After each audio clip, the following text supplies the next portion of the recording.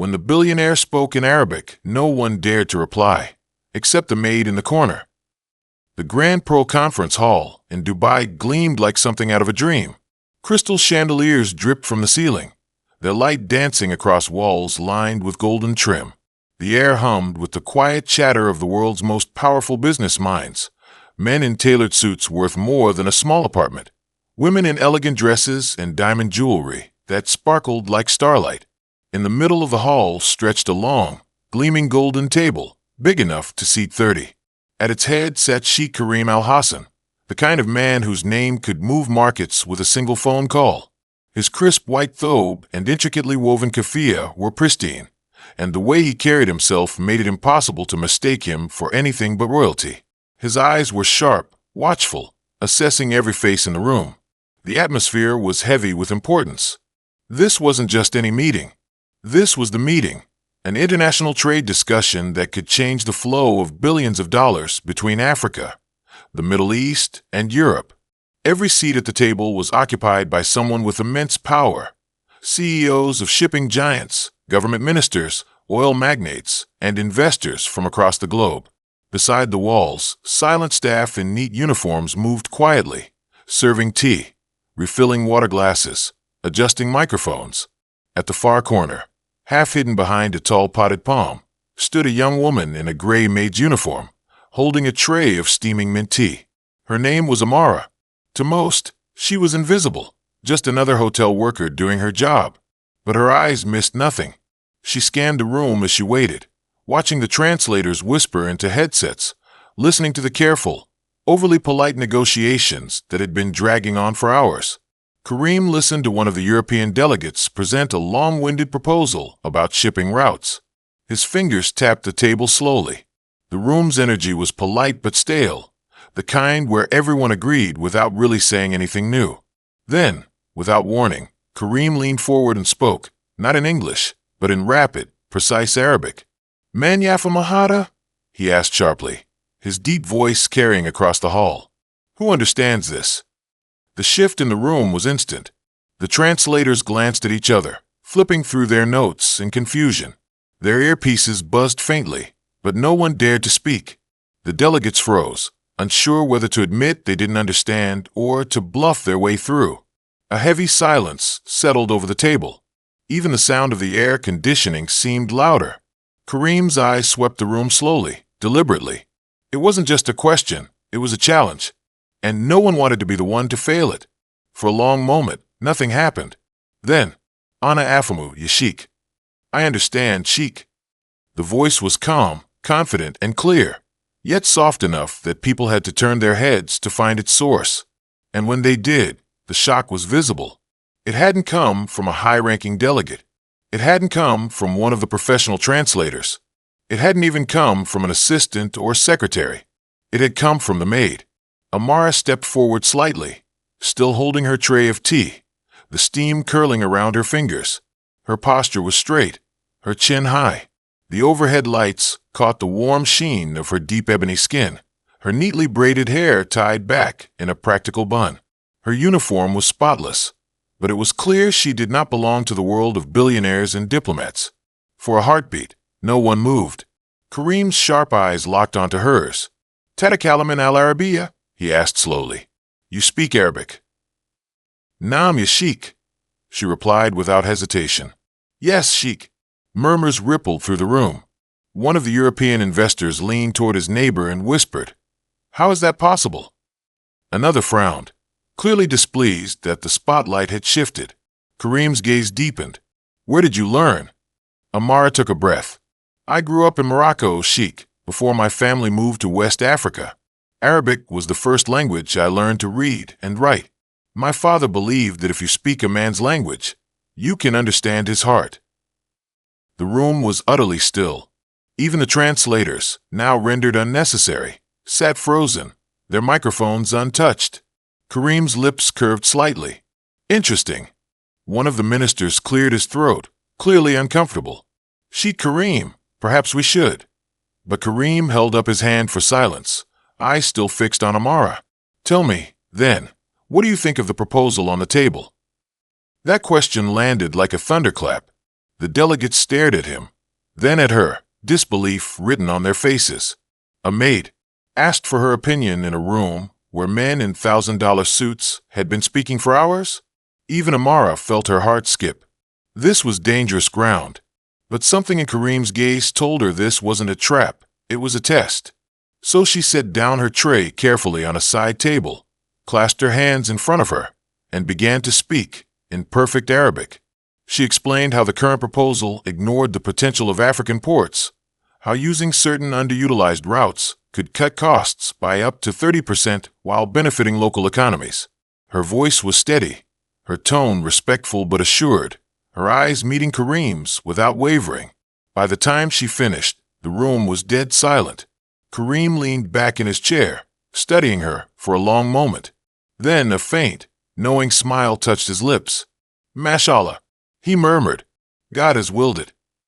Around the table, the delegates shifted uncomfortably. Some were impressed. Others were irritated. After all, they had spent weeks preparing their presentations, only to be overshadowed by a woman in a maid's uniform. But Amara didn't care. She hadn't spoken to impress anyone. She had simply answered a question in a language that lived in her blood. And though she didn't know it yet, that single moment would change her life forever. The sound that broke the silence wasn't loud. It wasn't a cough. It wasn't the clinking of a glass. It was a voice. Calm, steady, confident. Amara didn't just answer Kareem's question. She completed his thought, as though she had been reading his mind. And then she went further. "In theory, the numbers on the proposal work," she said in flawless Arabic, her tone respectful yet unshakable. "But in practice, you will lose money in the third year. Unless, of course, you restructure the shipping routes through West African ports." For a moment, the world seemed to pause. The crystal chandeliers above shimmered faintly, casting golden light across the faces of the stunned delegates. The air was thick with the scent of expensive perfumes and freshly brewed Arabic coffee, but now it was also thick with tension. Kareem, seated at the head of the table, leaned back slowly in his gold-trimmed chair. His eyes narrowed, not in anger, but in curiosity. "You speak Arabic fluently?" His voice was deep, every syllable measured, as if testing her. Amara did not lower her gaze. "I grew up in Morocco before moving to the west coast of Africa. Arabic is one of my first languages." There was a ripple in the room, murmurs, whispers, the soft rustling of expensive silk sleeves as people shifted uncomfortably in their seats. Some of the delegates looked offended. How dare a maid speak in a meeting worth billions? Others, however, leaned forward, intrigued. Kareem's fingers drummed against the polished oak table. He glanced at the tray in her hands, a tray meant for serving tea, not delivering economic strategies. Then, to everyone's shock, he motioned for her to come forward. "Put that down," he said, his tone both gentle and commanding. Amara's hands were steady as she set the tray down on a side table. Then, with perfect posture, she stepped forward, her soft-soled shoes barely making a sound against the marble floor. The eyes of the room followed her every move. "What is your name?" Kareem asked. "Amara." "Well, Amara," he leaned forward, elbows resting lightly on the table. "Tell me, what do you think about the proposal?" Gasps escaped from several delegates. A few even exchanged sharp looks, their pride pricked. They had spent weeks preparing carefully crafted speeches and presentations, and now the sheik was inviting the maid to speak. But Amara didn't flinch. She inhaled deeply and began. "With respect, sir, the deal is solid, but not perfect. Your current route heavily depends on European ports, which means higher tariffs and longer waiting times. Africa's western coastline has underutilized ports that could be upgraded for far less than your yearly shipping expenses. This change alone could reduce costs by 30%, increase speed by 15%, and open new trade partnerships directly with African nations." As she spoke, her voice flowed like water, calm but powerful, smooth yet undeniable.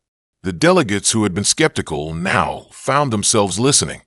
One older gentleman, who had been smirking moments ago, discreetly adjusted his tie and leaned in.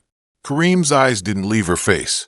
He watched the way her lips shaped each word, the way her gaze never wavered, the way her hands remained relaxed at her sides.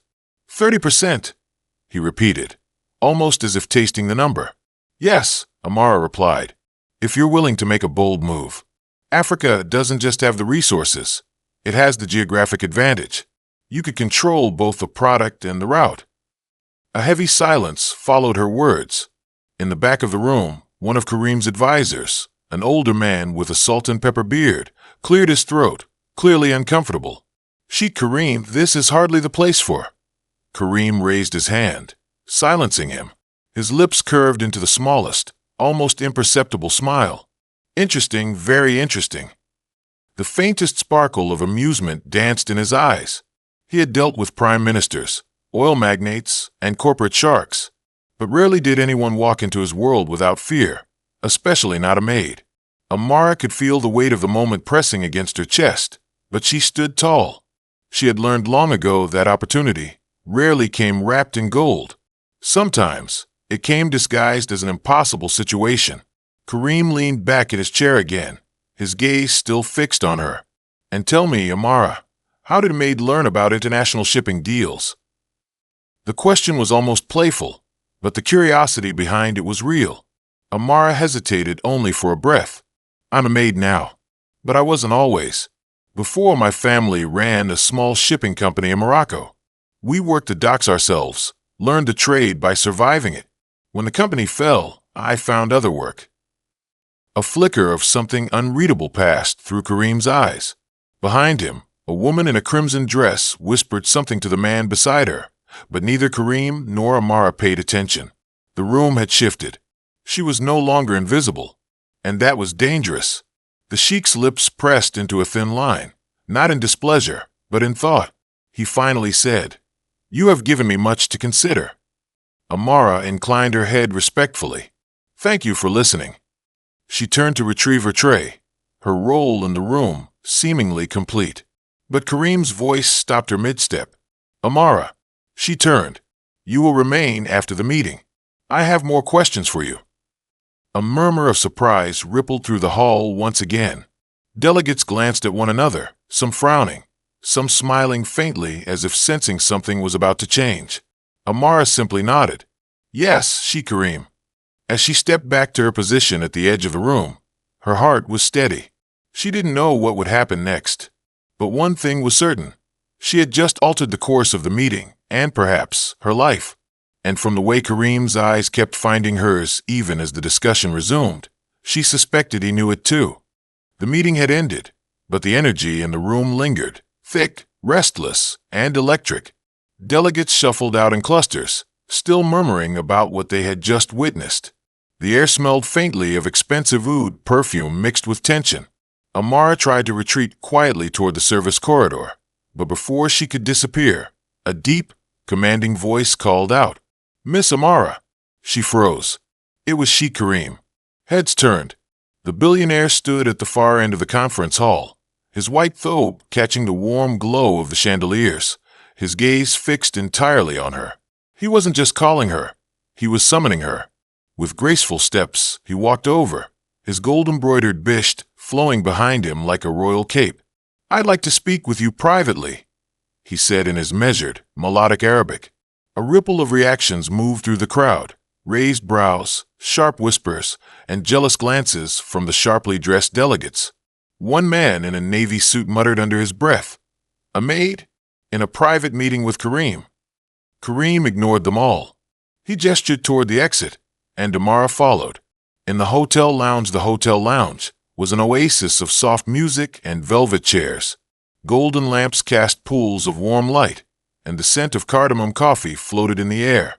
They sat opposite each other, separated by a low table of polished mahogany.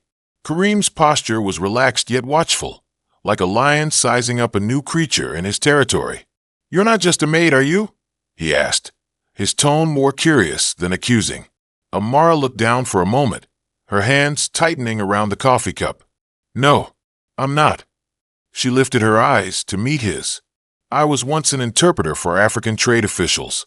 I traveled with delegations, negotiated deals, but when my father fell ill, I returned home. I left everything behind to take care of my family."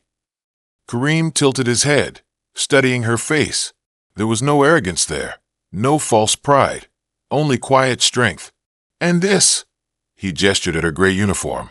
The only job I could find in Dubai that paid regularly was cleaning here, she said simply. So I took it. It's honest work. For a moment, silence stretched between them, broken only by the faint clink of a spoon from the next table. Kareem's eyes softened, not with pity, but with respect. The whispers began by the time Amara returned to her duties. The entire conference seemed to know. Word of the maid who spoke Arabic better than the translators spread like wildfire. Some delegates laughed it off, claiming it was the lucky guess, or just a few memorized lines. Others, however, had been there, had heard the precision in her words, the fluency that even the hired interpreters couldn't match. The whispers took on a sharper edge. "Do you think Kareem will hire her?" One woman in a red blazer asked another over lunch. "He'd be a fool not to," came the reply. The translators, once confident and aloof, now eyed Amara with thinly veiled unease. She was an outsider, yet she had stolen the spotlight in a single moment. The second day of the conference, the next afternoon, the grand hall filled again. Delegates slid into their seats, translators adjusted their headsets, and waiters in white jackets moved discreetly along the aisles with trays of tea and dates. Amara stood near the wall, holding a silver coffee pot.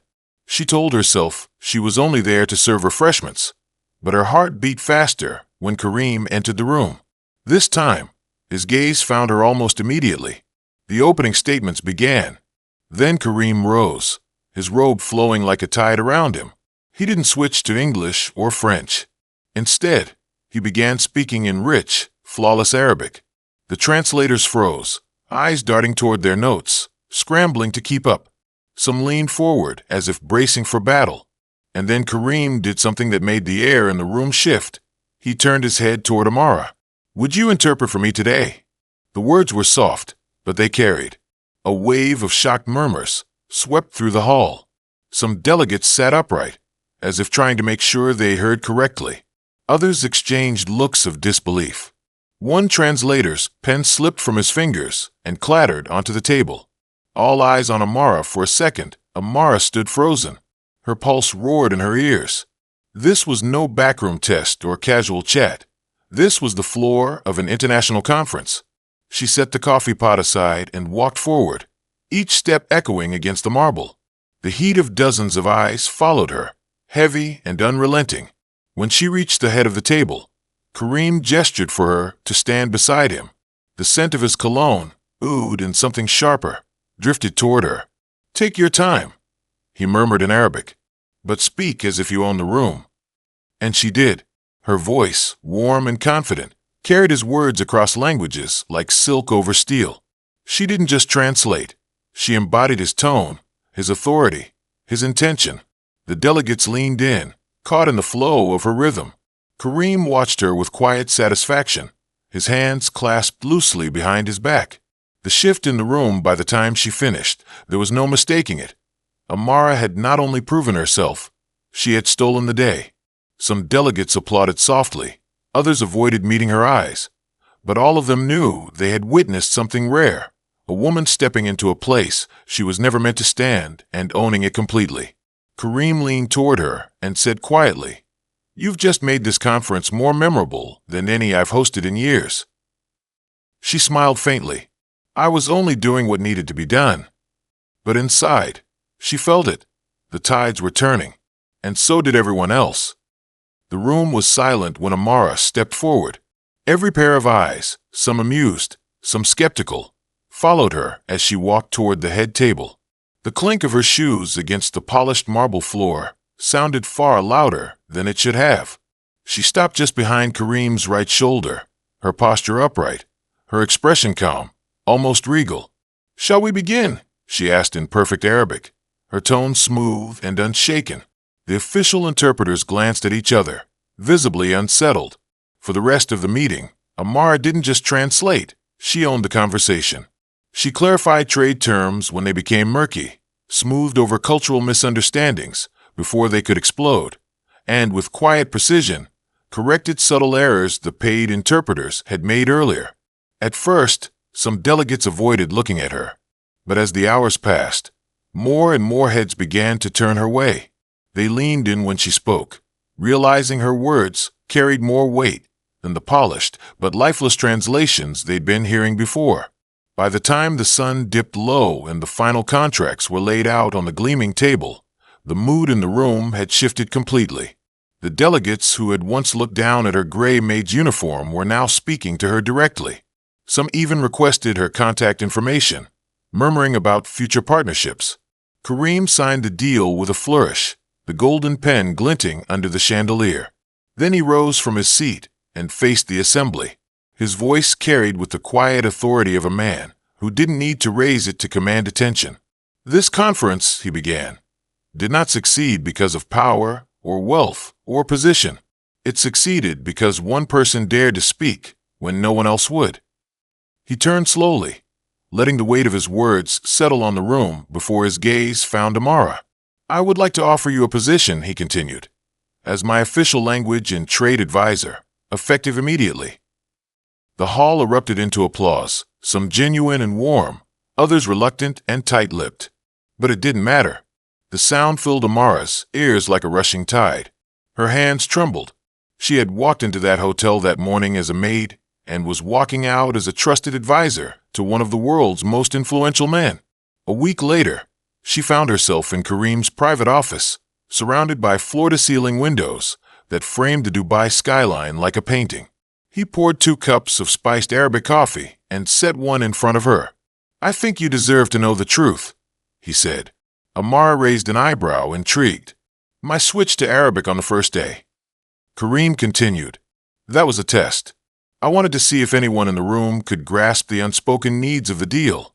Not just the words, but the intent behind them.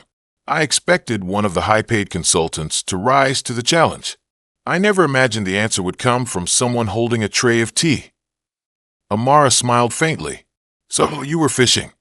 "I was searching," he corrected, "for someone who understood that language isn't just vocabulary, it's trust. It's understanding culture, tone, and meaning when nothing is said out loud. That kind of person is rare and invaluable." He leaned back in his chair, studying her. "And you didn't just meet the standard. You shattered it." Amara's chest tightened, but this time it wasn't from nerves. It was pride, quiet, steady, and hard-earned. The next morning, Amara opened her wardrobe. Gone was the gray maid's uniform she had worn for years. In its place were neatly pressed business suits in deep navy, crisp white blouses, and sleek heels. She slipped on a fitted charcoal suit, buttoned it, and studied her reflection in the mirror. The woman staring back at her looked powerful, yes, but it wasn't the clothes that made her so. It was the knowledge in her eyes, the confidence in her stance, the memory of the moment she had chosen to speak when everyone else stayed silent. That day, as she walked into Kareem's office for her first official strategy meeting, she noticed something remarkable. The same people who had once brushed past her now stepped aside. They greeted her with respect, even deference. Months later, Kareem was asked about the deal in a televised interview. Cameras flashed, microphones crowded around him, but his answer was simple. "Sometimes," he said, "the most valuable person in the room is the one no one is looking at." The statement went viral. Newspapers printed her story. Young women messaged Amara from across Africa and the Middle East, saying she had inspired them to chase opportunities beyond their assigned roles. But to Amara, the real victory wasn't fame. It wasn't the new apartment Kareem had insisted she take, or the generous salary. It was the knowledge that her worth had never been tied to her uniform, her paycheck, or anyone's opinion. It was tied to her courage, to the moment she stepped forward and decided her voice mattered. From that day forward, Amara never wore a maid's uniform again. She wore her sharp suits, carried herself with quiet dignity, and kept the same humble smile she had always worn.